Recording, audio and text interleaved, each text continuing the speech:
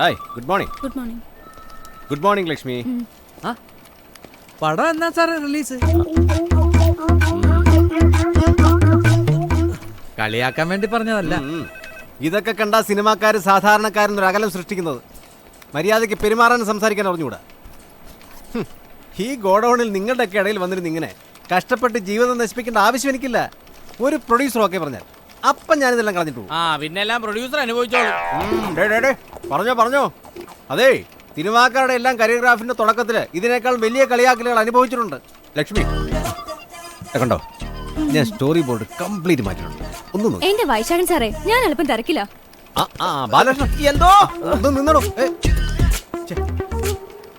രാജീവേ, കഥ വല്ല പ്രൊഡ്യൂസർമാരെ കൊണ്ട് കാണിക്കും സാറേ, എനിക്ക് വേറെ പണിയുണ്ട്. നോക്കടോ,